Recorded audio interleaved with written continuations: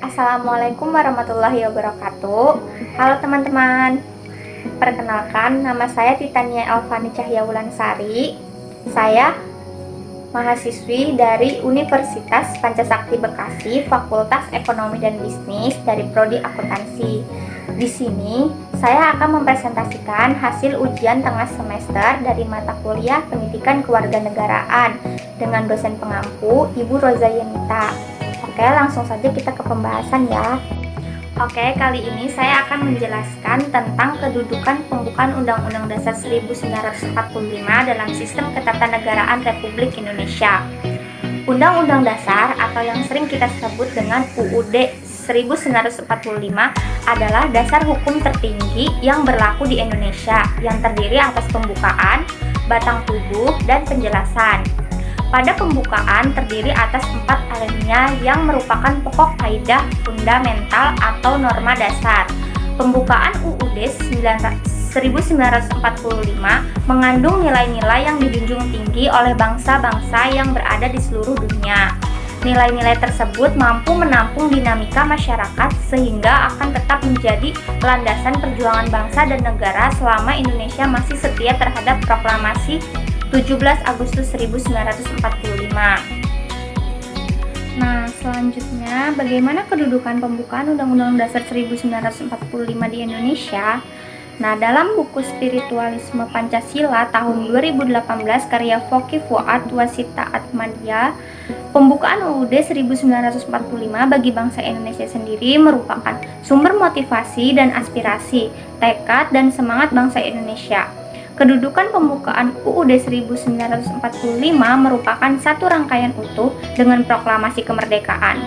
Maka, pembukaan UUD 1945 tidak dapat diubah. Jika pembukaan diubah, berarti mengubah hakikat negara Indonesia yang sudah diproklamasikan sejak tanggal 17 Agustus 1945. Selanjutnya, terdapat pokok-pokok pikiran dalam pembukaan UUD 1945. Memuat pokok-pokok kaidah negara fundamental yang menerangkan hakikat negara Indonesia. Berikut pokok-pokok pikiran yang terkandung dalam pembukaan Undang-Undang 1945. 1. Negara persatuan.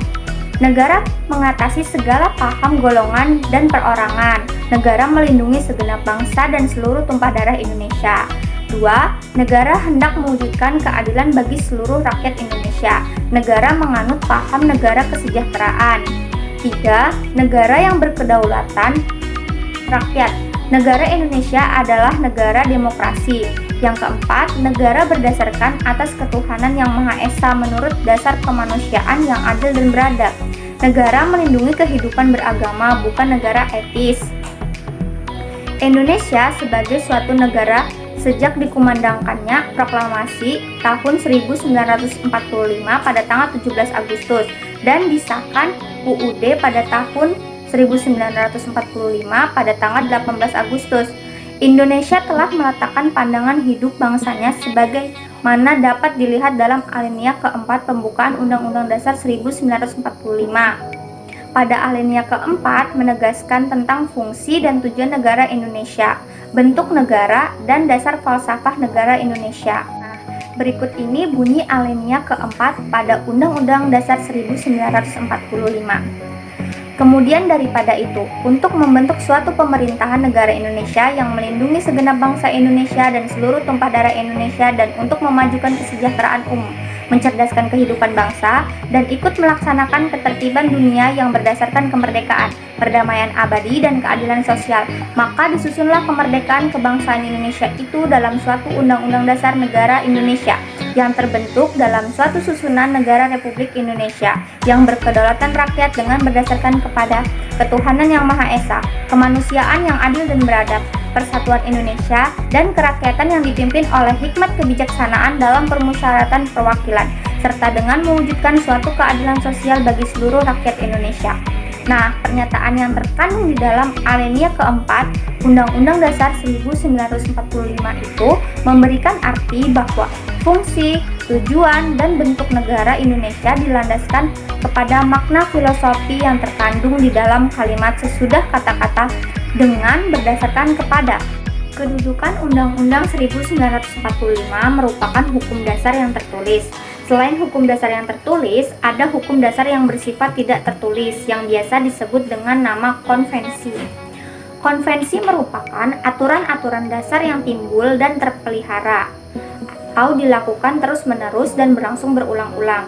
Dalam praktik penyelenggaraan negara tidak bertentangan dengan UUD 1945 dan pelengkap atau pengisi kekosongan yang timbul dalam praktik penyelenggaraan negara. Nah, selanjutnya ada fungsi kedudukan Undang-Undang 1945. Apa saja fungsinya? Yang pertama, sebagai norma hukum. Jadi, Undang-Undang 1945 itu bersifat mengikat terhadap pemerintah, setiap lembaga negara maupun warga negara dan penduduk Indonesia. Nah, yang kedua, sebagai hukum dasar negara. Jadi, Undang-Undang 1945 ini merupakan sumber hukum tertinggi. Artinya, setiap produk hukum harus berdasarkan UUD 1945 dan sebagai alat kontrol yaitu mengecek apakah norma hukum yang lebih rendah sesuai dengan UUD 1945.